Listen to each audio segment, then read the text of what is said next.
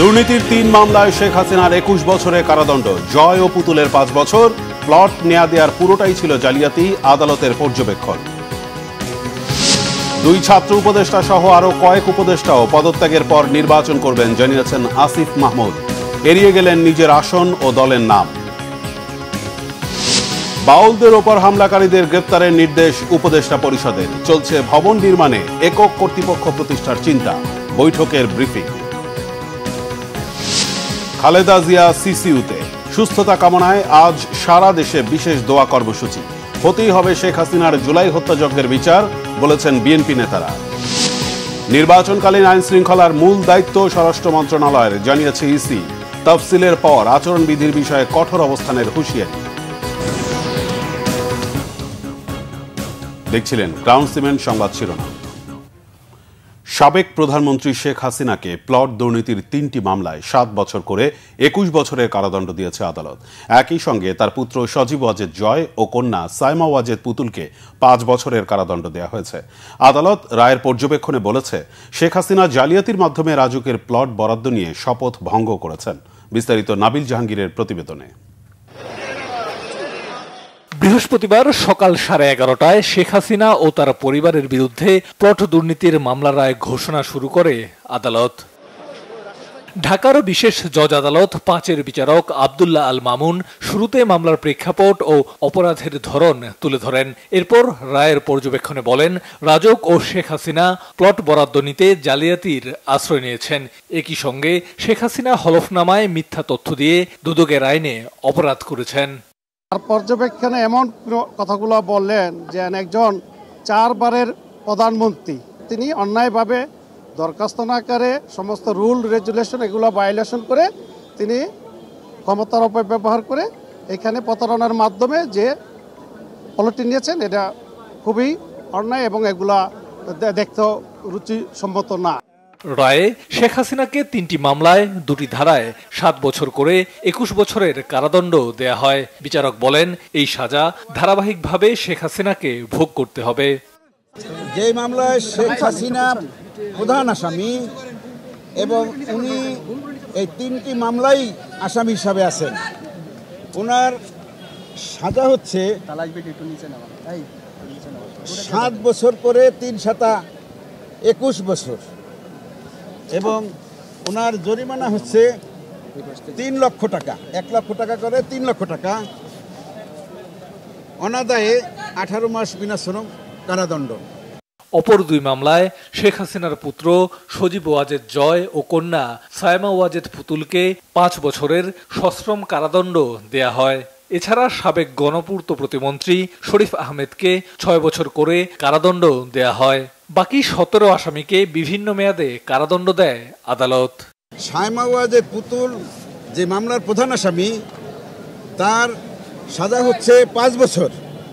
উনি একটি মামলারই আসামি, তাই ওনার সাজার মেয়াদ 5 বছরই। সজীব আহমেদ জয়, উনি যে মামলার প্রধান আসামি, ওই মামলার ওনার সাজার মেয়াদ 5 বছর এবং 1 লক্ষ টাকা জরিমানা। গ্রেপ্তার থাকা একমাত্র আসামি খুরশিদ আলমকে 1 বছরের কারাদণ্ড দেয়া হয়। খালাস পেয়েছেন রাজুকের প্রশাসনিক কর্মকর্তা সাইফুল ইসলাম। রাজুকের বোর্ডের মেম্বার অনেক, তারা যাচাই বাছাই না করে এবং গণপূর্তের কর্মচারীরা যে নোটগুলো দিয়েছে তারাও দেখতে এখানে কোনো যাচাই বাছাই করে নেই এবং মন্ত্রীও যাচাই বাছাই করে নেই, সচিবরা যাচাই করেনি। না করে এরকম একটা ভুয়া হলফনামা তারা সরাসরি রাজুকে পাঠাচ্ছে। রাজুকে এটারে হলফনামাটারে যাচাই বাছাই করে নাই। তো এইখানে তারা প্রত্যেকেই একই সহযোগী, একই অপরাধী। এই জন্য তারা নিজেরা সুবিধা গ্রহণ করার জন্য এই কাজটি করেছে। চলতি বছরের 31 জুলাই বিচার শুরু হওয়া মামলায় 23 আসামির বিরুদ্ধে 3 মাসেই রায় ঘোষণা করে আদালত। এর আগে 17 নভেম্বর মানবতা বিরোধী মামলার এক অভিযোগে শেখ হাসিনাকে মৃত্যুদণ্ড এবং আরেক অভিযোগে আমৃত্যু কারাদণ্ড দিয়েছিল আন্তর্জাতিক অপরাধ ট্রাইব্যুনাল। এমন রায়ের ফলে নজির সৃষ্টি হবে। সরকারি সম্পত্তি অবৈধভাবে বরাদ্দ নেওয়ার ক্ষেত্রে নিরুৎসাহিত হবেন ভবিষ্যতের ক্ষমতাসীনরা, এমনটাই নাগরিকদের প্রত্যাশা।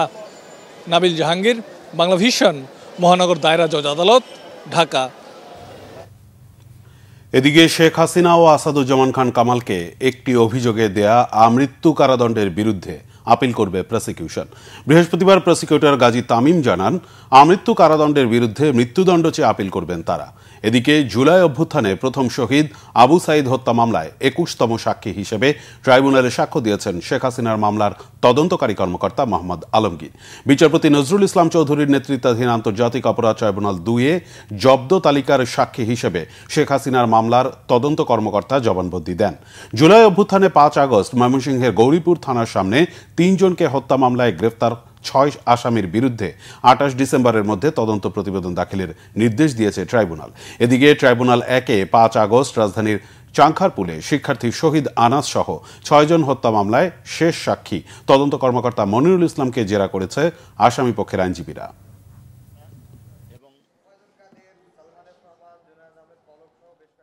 আমরা রায় কালেক্ট করেছি, আমরা দেখতে পেয়েছি যে একটি অভিযোগে সাবেক প্রধানমন্ত্রী এবং সাবেক স্বরাষ্ট্রমন্ত্রীকে আমৃত্যু কারাদণ্ড প্রদান করা হয়েছে এবং আরেকটি অভিযোগে এই দুজনকেই মৃত্যুদণ্ড প্রদান করা হয়েছে। আমরা রায় পর্যবেক্ষণ করছি, সিনিয়র প্রসিকিউটর আছেন আমাদের সাথে, চিফ প্রসিকিউটর স্যারও দেখছেন। আমরা প্রাথমিকভাবে সিদ্ধান্ত নিয়েছি যে অভিযোগে সাবেক প্রধানমন্ত্রী শেখ হাসিনা এবং সাবেক স্বরাষ্ট্রমন্ত্রী আসাদুজ্জামান খান কামাল সাহেবকে আমৃত্যু কারাদণ্ড প্রদান করা হয়েছে, এই দুটি অভিযোগের বিরুদ্ধে প্রসিকিউশনের পক্ষ থেকে অ্যাপিলেট ডিভিশনে অ্যাপিল করা হবে এই শাস্তি বাড়িয়ে মৃত্যুদণ্ড করানোর জন্য। শুধু ২ ছাত্র উপদেষ্টাই নয়, অন্তর্বর্তী সরকারের আরও অনেক উপদেষ্টা পদত্যাগ করে নির্বাচনে অংশ নেবেন জানিয়েছেন স্থানীয় সরকার উপদেষ্টা আসিফ মাহমুদ সজীব ভুইয়া।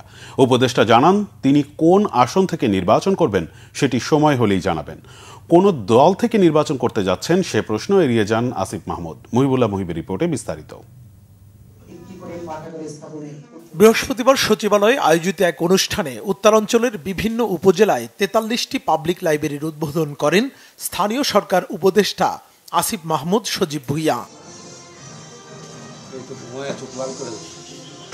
আগামী ১ বছরে দেশের প্রতিটি উপজেলায় এমন পাঠাগার নির্মাণের ঘোষণাও দেন তিনি। এ সময় এক প্রশ্নের জবাবে আসিফ মাহমুদ বলেন, আগামী নির্বাচনে অংশ নিতে পারেন অন্তর্বর্তী সরকারের বেশ কয়েকজন উপদেষ্টা। নির্বাচন করব ঘোষণা দিয়েছি, নির্বাচন কোথা থেকে করবো এখনো ঘোষণা দেইনি। তবে আমরা ২ জন ছাত্র উপদেষ্টা না, আরও যারা সরকারের বিভিন্নভাবে জড়িত আছেন, আরও কেউ নির্বাচন করবেন এমন কথাও আছে।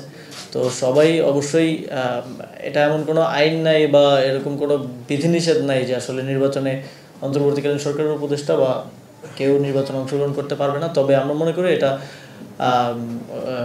স্বার্থের সংঘাত ঘটায় এই পদে থেকে নির্বাচন করা। এই নীতিগত জায়গা থেকে আমরা মনে করি যে বা যারাই নির্বাচনে অংশগ্রহণ করবে তাদেরকে অবশ্যই এই নির্বাচনী কার্যক্রমে ঢুকে যাওয়ার আগেই পদত্যাগ করার প্রয়োজন। তবে কখন পদত্যাগ করতে যাচ্ছেন নির্বাচনে অংশ নিতে ইচ্ছুক এসব উপদেষ্টারা এমন প্রশ্নের জবাবে তিনি জানান, নির্বাচনের দিনক্ষণ ঠিক হলেই সরে দাঁড়াবেন তারা। কোন দল থেকে নির্বাচনে অংশ নেবেন এমন প্রশ্নের সরাসরি কোনো উত্তর দেননি আসিফ মাহমুদ। কোনো কিছুই তো এখনো ফাইনাল হয়নি, ডেটও ফাইনাল হয়নি, শিডিউল ঘোষণা, তো সবকিছু ফাইনাল হোক আস্তে ধীরে। আমি মনে করছি যে এখন রাজনৈতিক বিষয়ে কোনো বক্তব্য দেওয়াটা উচিত হবে না। আমি যথাসময়ে আপনাদেরকে জানাবো, আপনারা খুব দ্রুতই জানতে পারবেন। ঢাকা উত্তর সিটি কর্পোরেশনের প্রধান নির্বাহী এজাজ আহমেদের বিরুদ্ধে দুর্নীতির অভিযোগ প্রমাণিত হলে ব্যবস্থা নেয়ার কথাও জানান এলজিআরডি উপদেষ্টা। মুহিবুল্লাহ মুহিব, বাংলা ভিশন, ঢাকা। বাউলদের ওপর হামলাকারীদের গ্রেফতারের নির্দেশের কথা জানিয়েছেন প্রধান উপদেষ্টা প্রেস সচিব শফিকুল আলম। তিনি জানান, দ্রুতই এ বিষয়ে দৃশ্যমান হবে। উপদেষ্টা পরিষদের বৈঠকের পর ব্রিফিংয়ে প্রেস সচিব একথা জানান। এছাড়া দুর্নীতি দমন সংশোধন অধ্যাদেশ সহ 4টি অধ্যাদেশ অনুমোদন দিয়েছে উপদেষ্টা পরিষদ। সারা দেশে ভবন নির্মাণের ক্ষেত্রে বিল্ডিং কোড মানা হচ্ছে কিনা তা জানতে নির্দেশ দিয়েছেন প্রধান উপদেষ্টা ডক্টর মোহাম্মদ ইউনূস। রিপোর্ট সৈয়দ আব্দুল মুহিতের। মানিকগঞ্জে বাউল শিল্পী আবুল সরকারের ভক্তসহ দেশের কয়েকটি জায়গায় বাউলদের উপর হামলায় সমালোচনার ঝড় ওঠে। এ নিয়ে নিন্দা ও উদ্বেগ জানায় সচেতন মহল সহ রাজনৈতিক দলগুলো। বৃহস্পতিবার উপদেষ্টা পরিষদের বৈঠকের পর ব্রিফিংয়ে প্রেস সচিব শফিকুল আলম জানান, হামলাকারীদের আটকের নির্দেশ দেওয়া হয়েছে। যারা বাউলদেরকে অ্যাটাক করেছেন তাদেরকে খুব দ্রুত অ্যারেস্ট করার নির্দেশ দেওয়া হয়েছে এবং সেই অনুযায়ী মানিকগঞ্জের পুলিশ কাজ করছে। অন্যান্য জায়গায় যদি যেখানেই অ্যাটাক হয়েছে সেই জায়গায় এটা তারা খুব সাঁড়াশি অভিযান করছে, খুব দ্রুত আপনারা ফলাফল জানতে পারবেন। প্রধান উপদেষ্টা ডক্টর মোহাম্মদ ইউনূসের সভাপতিত্বে উপদেষ্টা পরিষদ, দুর্নীতি দমন কমিশন সংশোধন খসড়া অধ্যাদেশ, মানব পাচার ও অভিবাসী চোরাচালান প্রতিরোধ অধ্যাদেশ, রাজধানী উন্নয়ন কর্তৃপক্ষ সংশোধন সহ 4টি অধ্যাদেশ অনুমোদন দেয়। বৈঠকে প্রধান উপদেষ্টা সারা দেশে ভবন নির্মাণে একক কর্তৃপক্ষের বিষয়টি পরীক্ষা নিরীক্ষার নির্দেশ দিয়েছেন। চিফ অ্যাডভাইজার বলেছেন যে এমন কোনো অথরিটি করা যায় কিনা যেটা সারা বাংলাদেশেরই আসলে এই ভবন কনস্ট্রাকশনের অনুমোদনের এটা কাজ করবে। কিছুদিন আগেও একটা ভূমিকম্প হয়েছে, আমাদের ফায়ার হ্যাজার্ড সবসময় আছে, ফায়ার লেগেই যেতে পারে। তো এখন জনজীবনকে প্রোটেকশনের জন্য আমরা যে বিল্ডিংগুলো করছি সেখানে কি অ্যাডুকেট ফিচার আছে কিনা। প্রেস সচিব জানান, নতুন অধ্যাদেশে মানব পাচারে জড়িতদের ব্যাংক হিসাব, সম্পদ জব্দ, বিদেশ গমনের নিষেধাজ্ঞা দিতে পারবে। আর দুদক অধ্যাদেশে সম্পদের হিসাব দিতে হবে কর্মকর্তাদের। কোর্টের নির্দেশে তাদের ব্যাংক হিসাব নিষ্ক্রিয় করা, তাদের সম্পদ আটক করা। সৈয়দ আব্দুল মুহিত, বাংলা ভিশন, ঢাকা। রাজধানীর এভার কেয়ার হাসপাতালে বিএনপি চেয়ারপারসন বেগম খালেদা জিয়াকে করোনারি কেয়ার ইউনিট সিসিইউতে নিবিড় পর্যবেক্ষণে চিকিৎসা দেওয়া হচ্ছে। এদিকে বেগম খালেদা জিয়ার সুস্থতা কামনা করে আজ শুক্রবার সারা দেশে বিশেষ দোয়ার কর্মসূচি ঘোষণা করেছে বিএনপি। বেগম খালেদা জিয়ার ব্যক্তিগত চিকিৎসক ও বিএনপির স্থায়ী কমিটির সদস্য অধ্যাপক ডাক্তার AZM জাহিদ হোসেনের বরাত দিয়ে বিএনপির মিডিয়া সেলের সদস্য শায়রুল কবির খান জানিয়েছেন, মেডিকেল বোর্ডে দেশি বিদেশি বিশেষজ্ঞ চিকিৎসকদের তত্ত্বাবধানে সিসিইউতে নিবিড় পর্যবেক্ষণে বিএনপি চেয়ারপারসন বেগম খালেদা জিয়াকে চিকিৎসা দেওয়া হচ্ছে। দেশবাসীর কাছে দোয়া চেয়েছেন বেগম জিয়া। ফুসফুসে ইনফেকশন নিয়ে গত রবিবার এভার কেয়ার হাসপাতালে ভর্তি হন বিএনপি চেয়ারপারসন। বিএনপি নেতারা বলেছেন, অবৈধ রাষ্ট্র ক্ষমতা দিয়ে দেশের আইনকে নিজের স্বার্থে ব্যবহার করেছিল শেখ হাসিনা। হাসিনার গড়া আদালত ও ট্রাইব্যুনালেই শেখ হাসিনার বিচার হচ্ছে। অন্তর্বর্তীকালীন সরকার ক্ষমতায় থাকাকালে আদালতে হস্তক্ষেপের সুযোগ নেই। আরও জানাচ্ছেন জাহাঙ্গীর আকন্দ। 90-এর গণ অভ্যুত্থানে শহীদ ডাক্তার মিলনের 35তম শাহাদাত বার্ষিকী উপলক্ষে সকালে ঢাকা মেডিকেল কলেজের সামনে ডাক্তার মিলনের স্মৃতিস্তম্ভে ফুলেল শ্রদ্ধা জানায় Jatiyatabadi Dal BNP, doctors association of Bangladesh DAB, Jatiyatabadi Chhatradal সহ বিভিন্ন সামাজিক সাংস্কৃতিক সংগঠন। পরে স্মরণসভায় বক্তারা বলেন, স্বৈরাচার পতন ও গণতান্ত্রিক আন্দোলনে ডাক্তার মিলন ছিলেন অগ্রপথিক। অনুষ্ঠানে ডাক্তার মিলনের মা সেলিনা আক্তার বলেন, সবার জন্য স্বাস্থ্যসেবা নিশ্চিত করা গেলেই মিলনের স্বপ্ন পূরণ হবে। শহীদ ডাক্তার শামসুল আলম মিলনের শাহাদাত বার্ষিকী উপলক্ষে জাতীয় প্রেস ক্লাবে আলোচনা সভা করে 90-এর ডাকসু সর্বদলীয় ছাত্র ঐক্য। এতে বিএনপি নেতারা বলেন, 90-এর আন্দোলনে শহীদ ডাক্তার মিলনের আত্মত্যাগ আজও অন্যায় অবিচারের বিরুদ্ধে প্রতিবাদে সাহস যোগায়। নেতারা বলেন, শেখ হাসিনা জুলাই অভ্যুত্থানে যে হত্যাকাণ্ড ঘটিয়েছেন তা বিচারহীন থাকতে পারে না। তার এবং তার দূষকদের বিচার শুরু হয়েছে এবং এই বিচার অবিলম্বে কার্যকর করতে হবে। অবিলম্বে কার্যকর করার মধ্য দিয়ে বাংলাদেশের মানুষ স্বস্তি পাবে। বন্ধি বিনিময় চুক্তি আছে বাংলাদেশের সাথে, তাকে ফেরত আইন অনুযায়ী দিতেই হবে। আজকে প্লট বরাদ্দের মামলায় তার নাকি 21 বছরের সাজা হয়েছে। বর্তমান অন্তর্বর্তীকালীন সরকার, তার আমলে আইন আদালত, এখানে কোনো হস্তক্ষেপের কারো সুযোগ নেই। রাজনৈতিক দলগুলো তাদের সেখানে যে প্রভাব বিস্তার করার কিছু নেই, সেখানে তার সাজা হয়েছে। অনুষ্ঠানে বিএনপির স্থায়ী কমিটির সদস্য নজরুল ইসলাম খান বলেন, নির্বাচনের মাধ্যমে দায়িত্ব পেলে জনগণের কল্যাণে কাজ করবে বিএনপি। বিএনপি একমাত্র দল দীর্ঘ সময় রাষ্ট্র পরিচালনার অভিজ্ঞতা আছে। আমরা জনগণের সামনে যাব এবং তাদের সমর্থন নিয়ে দায়িত্ব পেলে আমাদের সমস্ত অভিজ্ঞতা এবং সেই অভিজ্ঞতার মধ্যে আমরা যে ভুল করেছি সেই অভিজ্ঞতাও আছে, যাতে আমরা সংশোধন করতে পারি। তা নিয়ে আমরা জনগণের কল্যাণের জন্য কাজ করব ইনশাআল্লাহ। জুলাই অভ্যুত্থানের ফসল যাতে ব্যাহত না হয় সেজন্য সবাইকে ঐক্যবদ্ধ থাকার আহ্বান জানান বিএনপি নেতারা। জাহাঙ্গীর আকন্দ, বাংলা ভিশন, ঢাকা। জাতীয় নির্বাচনে আইন শৃঙ্খলার মূল দায়িত্ব থাকবে স্বরাষ্ট্র মন্ত্রণালয়ে, তবে তা মনিটরিং করবে নির্বাচন কমিশন, জানিয়েছেন নির্বাচন কমিশনের সিনিয়র সচিব আক্তার আহমেদ। ইউএনডিপির সহায়তা নিয়ে সামাজিক যোগাযোগ মাধ্যমের অপপ্রচার রোধে কমিশন কাজ করবে বলেও জানান তিনি। নির্বাচন কমিশনে আইন শৃঙ্খলা বাহিনীর সাথে বৈঠক শেষে এ তথ্য জানান ইসি সচিব আক্তার আহমেদ। বলেন, তফসিল ঘোষণার পর নির্বাচনী আচরণবিধির বিষয়ে কঠোর অবস্থানে থাকবে ইসি। রিপোর্ট আসমা আক্তার নূপুরের।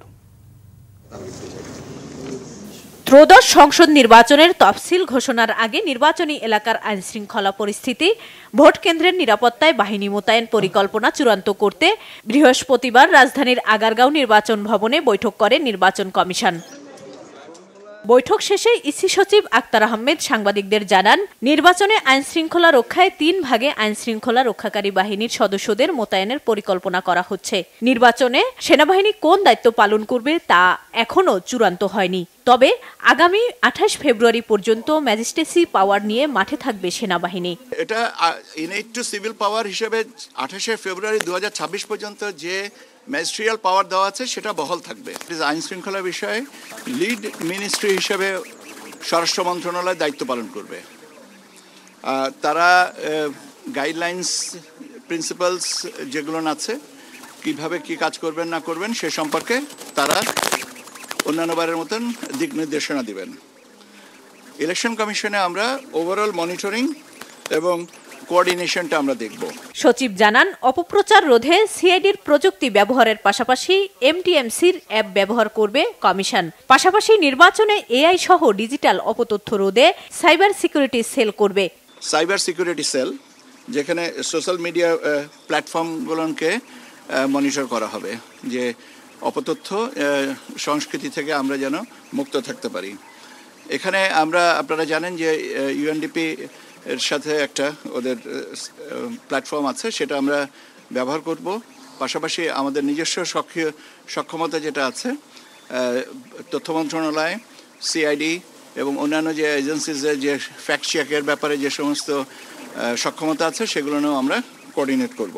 আচরণবিধি মানার বিষয়ে শুরু থেকে নির্বাচন কমিশন জোর দিচ্ছে জানিয়ে ইসি সচিব বলেন, কোন রাজনৈতিক দলের কাছ থেকে আপ্যায়ন গ্রহণ করবে না নির্বাচনী দায়িত্বে থাকা কর্মকর্তা কর্মচারীরা। আমাদের আইন শৃঙ্খলা বাহিনীর কোন সদস্য হসপিটালিটি গ্রহণ না করেন। আসমা আক্তার নূপুর, বাংলাভিশন, ঢাকা। বিএনপির ভারপ্রাপ্ত চেয়ারম্যান তারেক রহমানের নির্দেশে করাইল বস্তিতে আগুনে ক্ষতিগ্রস্তদের ফ্রি চিকিৎসা সেবা ও ওষুধ দেয়া হয়েছে। মেডিকেল ক্যাম্পের প্রথম দিনে চিকিৎসা নিয়েছেন প্রায় 1200 মানুষ। করাইল বস্তিতে গত মঙ্গলবারের ভয়াবহ অগ্নিকাণ্ডে ক্ষতিগ্রস্ত মানুষের সহায়তায় 2 দিনব্যাপী হেলথ ক্যাম্প চালু করেছে বিএনপি। বৃহস্পতিবার সকাল 10টা থেকে সন্ধ্যা পর্যন্ত এই ক্যাম্পে জ্বর, সর্দি, কাশি, শ্বাসকষ্ট এবং দুর্ঘটনায় আহত বিভিন্ন সমস্যা নিয়ে আসা রোগীদের প্রাথমিক স্বাস্থ্যসেবা দেওয়া হয়।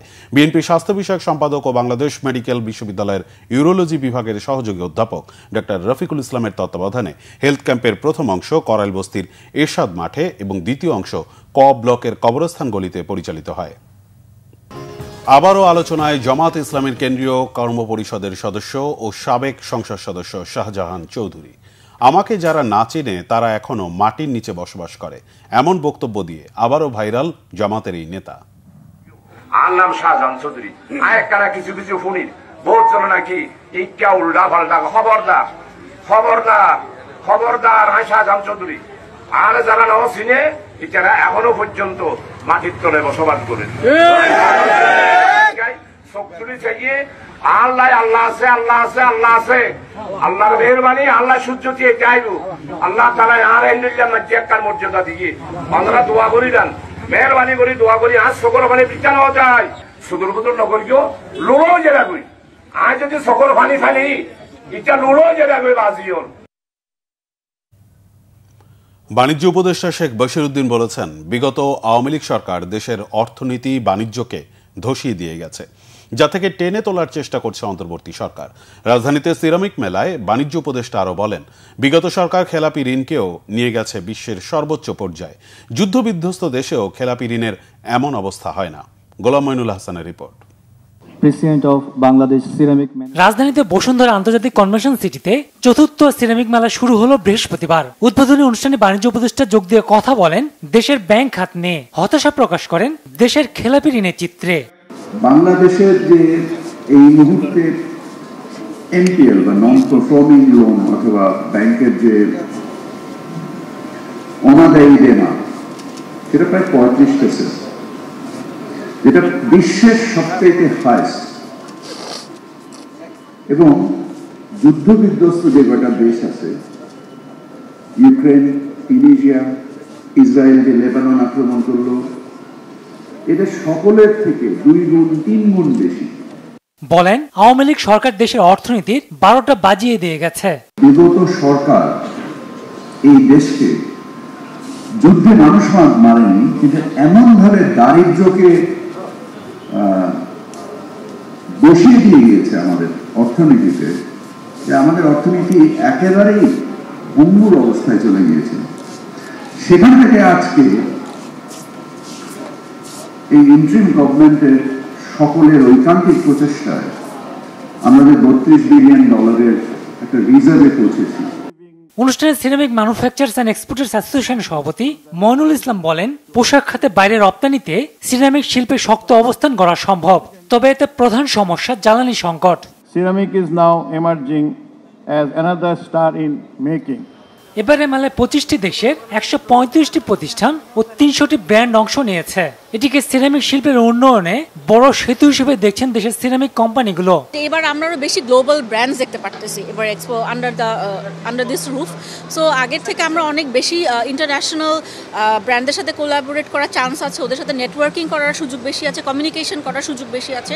সো আমরা যেটা অ্যাচিভ করতে চাচ্ছি যে আমরা মোর গ্লোবাল কোম্পানিজগুলোর সাথে আমরা ইজিলি এখন ওদের সাথে কমিউনিকেট করতে পারতেছি। বৃহস্পতিবার শুরু হওয়া সিরামিক মেলা চলবে রবিবার পর্যন্ত। গোলাম মইনুল হাসান, বাংলা ভিশন, ঢাকা। চট্টগ্রাম বন্দরের আধুনিকায়নে বিদেশি বিনিয়োগের প্রয়োজন আছে বলে মন্তব্য করেছেন অর্থনীতিবিদ ডক্টর দেবপ্রিয় ভট্টাচার্য। তবে তড়িঘড়ি করে পানগাঁও ও লালদিয়া বন্দরের চুক্তি সম্পাদনে প্রশ্ন তোলেন তিনি। বৃহস্পতিবার রাজধানীর ইআরএফ মিলনায়তনে অর্থনৈতিক সাংবাদিকতার বই প্রকাশ অনুষ্ঠানে এমন মন্তব্য করেন ডক্টর দেবপ্রিয়। বলেন, বিগত স্বৈরাচার সরকারের সময় আমলাতন্ত্রের মূল কাজই ছিল চৌর্যবৃত্তি, যার অন্যতম হাতিয়ার ছিল বাংলাদেশ ব্যাংক। বলেন, লুকায়িত খেলাপি ঋণ বেরিয়ে আসছে বলেই এখন তা স্পষ্ট হচ্ছে। সাংবাদিকদের পেশাগত অধিকার উত্তরণে সরকারকে কাজ করারও আহ্বান জানান ডক্টর দেবপ্রিয় ভট্টাচার্য। এ সময় সাবেক সচিব ফারুক হোসেন বলেন, বন্দর চুক্তির প্রক্রিয়া 13 দিনের নয়, বরং দীর্ঘ 4 বছরের, যা পিপিপির আন্তর্জাতিক আইন মেনেই করা হয়েছে বলে জানান তিনি। এতে দীর্ঘমেয়াদে বাংলাদেশই লাভবান হবে। চট্টগ্রামের ফটিকছড়িতে 2 মোটরসাইকেলের সংঘর্ষে পুলিশের একজন এএসআই সহ নিহত হয়েছেন 2 জন। আহত হয়েছেন পুলিশের 1 সদস্য সহ 2 জন। উত্তর পাইনন্দন আমতলী এলাকায় চট্টগ্রাম খাগড়াছড়ি আঞ্চলিক মহাসড়কে সন্ধ্যায় এই দুর্ঘটনা ঘটে। পুলিশ জানায়, সন্ধ্যা 6:30টার দিকে এসআই সাইফুল ও একজন কনস্টেবল একটি মোটরসাইকেলে করে মানিকছড়ি থেকে ফটিকছড়ির দিকে যাবার পথে বিপরীত দিক থেকে আসা আরেকটি মোটরসাইকেলের সাথে মুখোমুখি সংঘর্ষ হয়। এ সময় গুরুতর অবস্থায় 4 জনকে উদ্ধার করে স্থানীয় নজিরহাট উপজেলা স্বাস্থ্য কমপ্লেক্সে নেওয়া হলে 2 জন মারা গেছেন বলে জানায় ডাক্তার। নিহত এসআই মোহাম্মদ সাইফুল ইসলাম খাগড়াছড়ির মানিকছড়ি থানায় কর্মরত ছিলেন। তিনি মুন্সিগঞ্জের গজারিয়ার বাসিন্দা। দুর্ঘটনায় নিহত পুলিশের অপর সদস্য মোহাম্মদ হাফিজুর রহমান খাগড়াছড়ির বাসিন্দা। দুর্ঘটনায় গুরুতর আহত মানিকছড়ি থানার police constable Abdullah Al মামুনকে Chittagong medical college হাসপাতালে ও আহত অপরজনের চিকিৎসা চলছে স্থানীয় স্বাস্থ্য কমপ্লেক্সে। ব্রাহ্মণবাড়িয়ায় আধিপত্য বিস্তার নিয়ে প্রতিপক্ষের গুলিতে 2 জন গুলিবিদ্ধ হয়েছে। শহরের কান্দিপাড়া মোড় এলাকায় সন্ধ্যায় এ ঘটনা ঘটে। পুলিশ জানায়, আধিপত্য বিস্তার নিয়ে কান্দিপাড়া এলাকার শাকিল গ্রুপ ও জেলা স্বেচ্ছাসেবক দলের আহ্বায়ক দেলোয়ার হোসেন দিলীপ গ্রুপের মধ্যে দীর্ঘদিন ধরে বিরোধ চলছিল। এরই জেরে সন্ধ্যায় দিলীপ গ্রুপের লোকজন কান্দিপাড়া এলাকায় অবস্থানকালে শাকিল ও তার সহযোগীরা দিলীপ গ্রুপের লোকজনদের ওপর এলোপাতারি গুলি ছোড়ে। এতে টুটুল, শিহাব ও সাজু মিয়া নামে 3 জন গুলিবিদ্ধ হয়। পরে স্থানীয়রা তাদের উদ্ধার করে হাসপাতালে ভর্তি করে। ঘটনার তদন্ত চলছে। সংবাদ শেষ করব ক্রাউন সিমেন্ট শিরোনামগুলো আরেকবার জানিয়ে। দুর্নীতির 3 মামলায় শেখ হাসিনার 21 বছরের কারাদণ্ড, জয় ও পুতুলের 5 বছর। প্লট নেওয়া দেওয়ার পুরোটাই ছিল জালিয়াতি, আদালতের পর্যবেক্ষণ। 2 ছাত্র উপদেষ্টা সহ আরো কয়েক উপদেষ্টা পদত্যাগের পর নির্বাচন করবেন জানিয়েছেন আসিফ মাহমুদ। এড়িয়ে গেলেন নিজের আসন ও দলের নাম। বাউলদের ওপর হামলাকারীদের গ্রেফতারের নির্দেশ উপদেষ্টা পরিষদের। চলছে ভবন নির্মাণে একক কর্তৃপক্ষ প্রতিষ্ঠার চিন্তা, বৈঠকের ব্রিফিং। খালেদা জিয়া সিসিউতে সুস্থতা কামনায় আজ সারা দেশে বিশেষ দোয়া কর্মসূচি। হতেই হবে শেখ হাসিনার জুলাই হত্যাযজ্ঞের বিচার, বলেছেন বিএনপি নেতারা। নির্বাচনকালীন আইন শৃঙ্খলার মূল দায়িত্ব স্বরাষ্ট্র মন্ত্রণালয়ের, জানিয়েছে ইসি। তফসিলের পর আচরণবিধির বিষয়ে কঠোর অবস্থানের হুঁশিয়ারি। এই ছিল এখনকার মতো। পরের সংবাদ সকাল 7:30টায়। দেখার আমন্ত্রণ রইল। এতক্ষণ সাথে থাকায় ধন্যবাদ।